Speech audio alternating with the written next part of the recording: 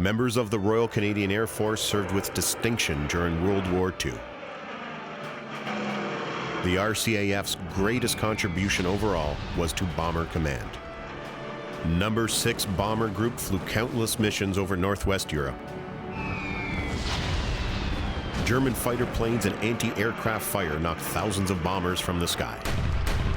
These crippled bombers often crash-landed in remote areas of Europe, while surviving crew members attempted to evade capture.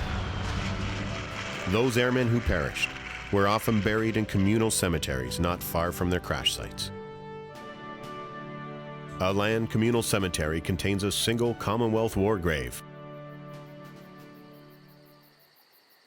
The remains of RCF bomber pilot Frank Tomlinson were recovered by townspeople shortly after his bomber crash-landed into the nearby hills.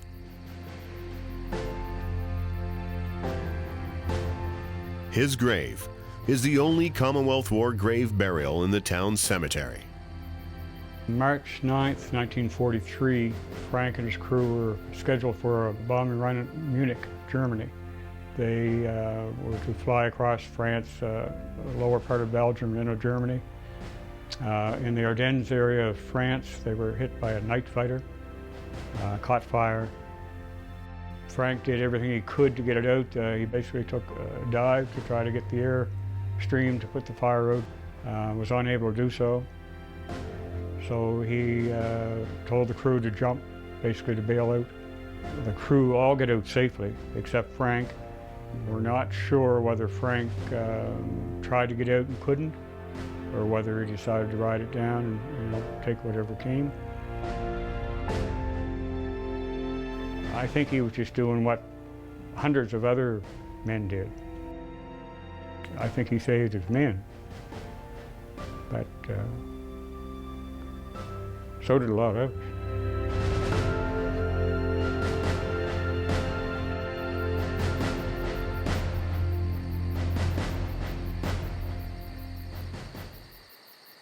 With established positions in France, the Canadian First Army was directed back towards the coast. Their objective was to clear the enemy out of the coastal towns and ports of northern France, Belgium, and the Netherlands. As the troops advanced, they were met by enemy forces that were determined to keep the Allies away from German soil. By February 1945, Canadian and British soldiers were advancing deep into Holland. The ground war would finally reach Germany. World War II would end with Germany's unconditional surrender on May 8, 1945.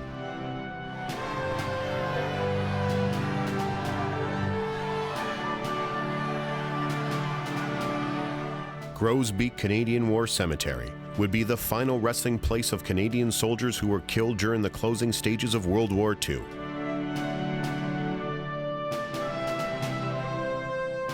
There are more Canadians buried in Groesbeek than any other cemetery in the Netherlands.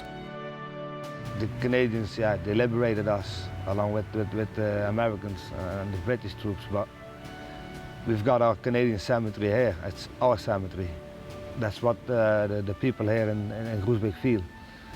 And I think they are proud to have it here on this spot. Within the cemetery stands the Groesbeek Memorial, which commemorates the names of more than 1,000 members of the Commonwealth Land Forces, whose graves are unknown. 103 of these names are Canadians.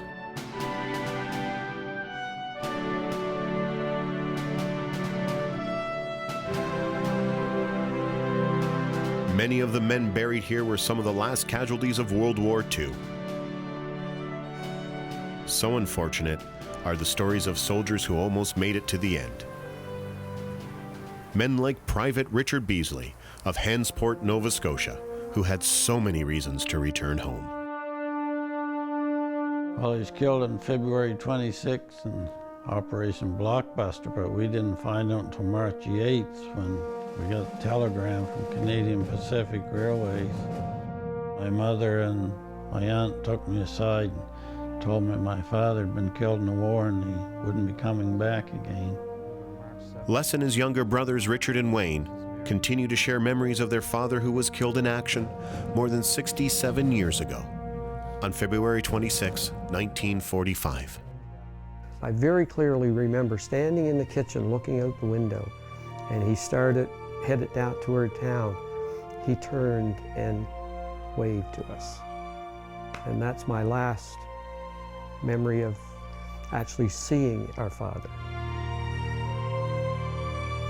Our father sent Mom roses on Valentine's Day, and he was killed on the 26th. She got the telegram March 8th. The next day, the dozen roses show up. She got them the day after. She got the telegram about him being killed, so he was still thinking about her. Over the years, the three sons have all had the chance to visit their father's grave. Richard remembers the occasion when his mother finally had the opportunity to say goodbye. To go there and take our mother, who had never been there. It was a really unforgettable experience to go there with her. As we were leaving, she said, "I never thought your father should have been buried here, but now I know it's the place where he should have been buried." And she said, "Part of my life can now be closed, and I feel really at peace with it."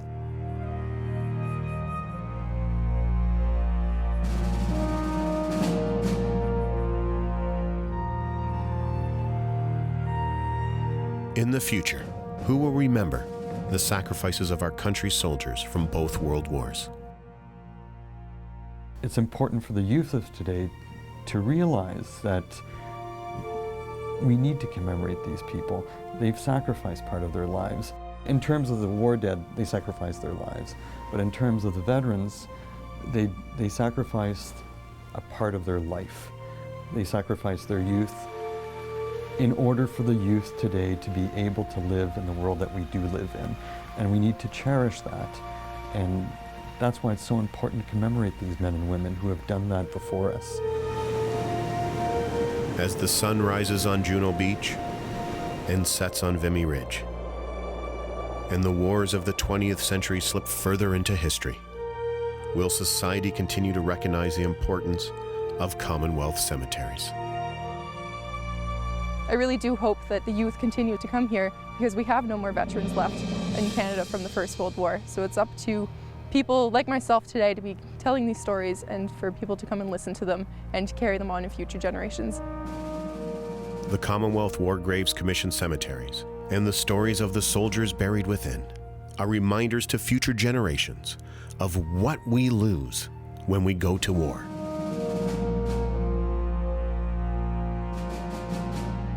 While how we remember is important,